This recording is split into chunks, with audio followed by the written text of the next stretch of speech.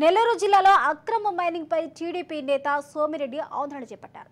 జిల్లాలో యథేచ్ఛగా వేల కోట్ల విలువైన గ్రావెల్, ఇసుక అక్రమార్కులకు అధికారులు వంతపాడుతున్నారంటూ మండిపడ్డారు. మంత్రి కాకాని అండతో ఈ అక్రమాలు జరుగుతున్నాయని ఆరోపించిన సోమిరెడ్డి పలు మండలాల్లో సాగుతున్న అక్రమాలపై కేంద్ర ఎన్నికల సంఘానికి ఫిర్యాదు చేస్తున్నామన్నారు. ఆల్రెడీ కలెక్టర్ మీద పెట్టినా ఎస్పీ మీద పెడతా ఏమనుకుంటున్నారు మీరు? ఏమనుకుంటున్నారు? ఏమేమి మేము చూస్తా కూర్చోవాలనా?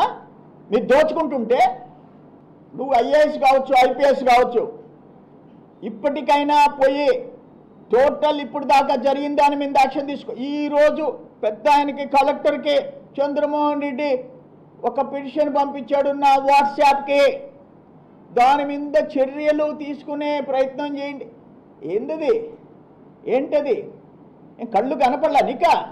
ఇప్పటికి బుక్ చేసి వాళ్ళు ఎవరెవరో బుక్ చేసి ఎన్క్వైరీ చేసేసి అందరినీ బొక్కలో దోసి ఆ ప్రాపర్టీ ఆక్షన్ పెట్టాల్సిన బాధ్యత నీకు లేదా? ఆ ఇల్లీగల్ క్వాడ్జ్ ఎక్కడ వేల కోట్లు, వందల కోట్లు చేసే క్వాడ్జ్ ఆక్షన్ పెట్టాల్సిన దమ్ము లేదా మీకు? సైదాపురం చేయవా నువ్వు?